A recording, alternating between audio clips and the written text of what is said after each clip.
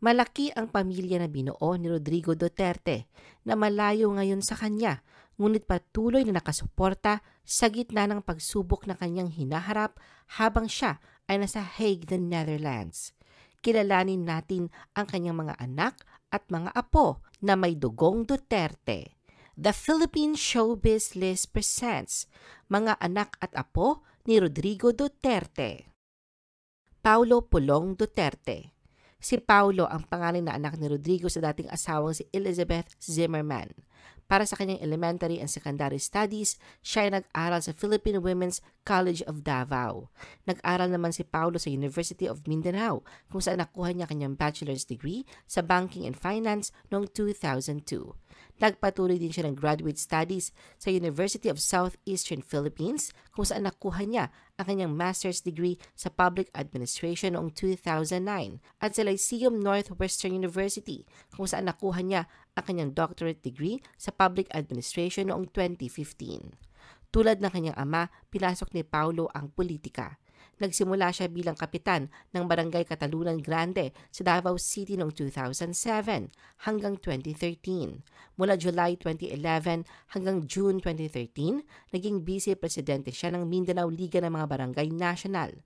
Naging sektor na kinatawan ng Association of Barangay Captains sa 15th at 16th Davao City Council mula 2008 hanggang 2013. Naging vice mayor siya ng Davao City mula 2013 hanggang magbitiw siya noong December 2017 at sinabi niyang ang pagbibitiw ay dulot ng delikadeza. Si Paulo ay naging House Deputy Speaker noong 18th Congress at kasalukuyang nagsisilbing kinatawan ng 1st District ng Davao City simula 2019. Inday Sara Duterte. Kilala bilang Inday Sara, siya ang pangalawang anak ni Rodrigo at Elizabeth. Nag-aral si Sara sa San Pedro College sa Davao City, majoring in BS Respiratory Therapy. Nauna nang sinabi ni Sara na simula pa lang ay nais niyang maging pediatrician imbes na maging politiko. Ngunit sinundan niya ang yapak ng ama bilang isang abogado, kaya kumuha siya ng law degree sa San Sebastian College Recoletos kung saan nakapagtapos siya noong 2005. Nang taon ling yun ay nakapasa siya sa Philippine Bar Examination. Matapos nito ay ilang buwan din siya nagtrabaho bilang court attorney. Maliban dito ay isa ring reserve officer si Sara ng Armed Forces of the Philippines na may ranggong colonel. Noong 2007, nahalal siya bilang Vice Mayor ng Davao City at nagsilbi namang mayor mula 2010 hanggang 2013. Matapos ang isang termino bilang Local Chief Executive, nag-focus si Sara sa kanyang pribadong pagsasanay bilang abogado at muli nagsilbing mayor mula 2016 hanggang 2022. Sa kasalukuyan siya naglilingkod bilang ika-15 vice-presidente ng Pilipinas at ang pinakabatang nahalal sa posisyong ito. Kasabay na kanyang tungkulin bilang vice-presidente, nagsilbi rin si Sara bilang kalihim ng Department of Education at sa ilalim ng kanyang pamumuno, inilunsad ang matatag agenda. Sebastian Baste Duterte. Kilala noon sa bansag na The Rebel Son, si Baste ang bunso ni Rodrigo at Elizabeth. Ang kanyang pangalan ay minsang pinag-usapan sa showbiz dahil sa naging relasyon nila noon ni Ellen Adarna. Si Baste ay isang masugid na surfer at madalas mag-post ng mga larawan sa social media ng kanyang mga surfing adventures. Noong 2017, inilunsad niya ang sarili niyang reality travel show na Lakbay. Bagamat nauna nang sinabi noon ni Baste na hanggat maaari ay nais niyang iwasan ang politika at hindi ito ang kanyang natural na hilig dahil sa magulong kalakaran nito at sanay na siya sa buhay ng pamilya niyang matagal nang nasa larangang ito. Bukas pa rin siya sa posibilidad na suungin ito. Nakuha ni Baste ang kanyang high school diploma sa San Beda College sa Manila. Nag-aral siya ng legal management sa parehong kolehiyo sa loob ng 1 taon bago bumalik sa Davao, kung saan nag-aral siya ng political science sa Ateneo de Davao University. Inalok siya ng kanyang ama na tumakbo bilang konsihal ng Davao City noong 2013 at bilang kinatawan noong 2016, ngunit tinanggihan niya ito. Hanggang sa noong 2019, tumakbo si Baste bilang Vice Mayor ng Davao City nang walang kalaban at kasalukuyang nanunungkulan bilang Mayor ng lungsod mula 2022. Veronica Kitty Duterte. Isinilang noong April 10, 2004, si Kitty ang nag-iisang anak ni Rodrigo sa common law partner na si Hanilet Avancenia. Bilang bunso, lumaki siyang medyo malayo sa mata ng publiko kumpara sa mga mas matanda niyang kapatid. Si Kitty ay higit na nakilala noong kampanya para sa pagkapangulo ni Rodrigo noong 2016. Siya din ang humawak ng Biblia para sa kanyang ama nang maghain ito ng kanyang mga panunumpa bilang ika-16 na Pangulo ng Pilipinas. Bagamat private si Kitty pagdating sa mga detalye ng kanyang buhay, siya ay aktibo sa social media kung saan paminsan-minsang ibinabahagi ang mga personal na karanasan at pagmamahal sa kanyang pamilya. Rodrigo's apo with Paulo. Si Rodrigo ay mayroong 5 apo mula sa panganay na si Paulo. 3 rito ay mula sa first wife ni Paulo na si Lovely Sangkula Sumera na may Muslim ancestry. Ito ay sina Omar, Rodrigo II at Isabel. Si Omar Vincent ang eldest grandchildren ni Rodrigo at bilang unang apo, naroon ang malalim na ugnayan ng maglolo.